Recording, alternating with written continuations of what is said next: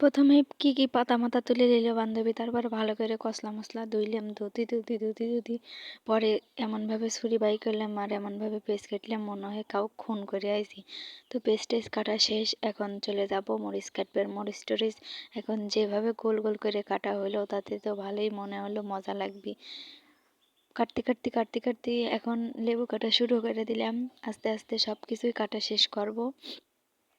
আজকে ঝালমুড়িটা খাবো সেই হারে, কারণ বান্ধবী যেরকমভাবে মাখাচ্ছে মনে হচ্ছে এরকম করে মাখালি একদম সেই ফাইন হবে, নিজের দোকানের থেকেও বেশি।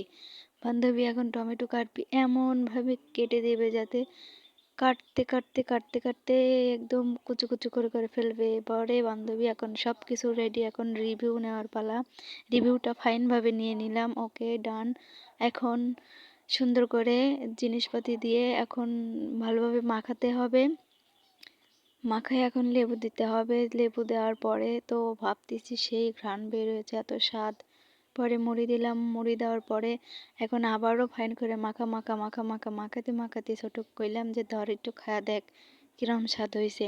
পরে ও খায়া দেখতেছে, করছে দেখি সেই স্বাদ হয়েছে। তো এত স্বাদকে সবাই মিলে এখন খাচ্ছে।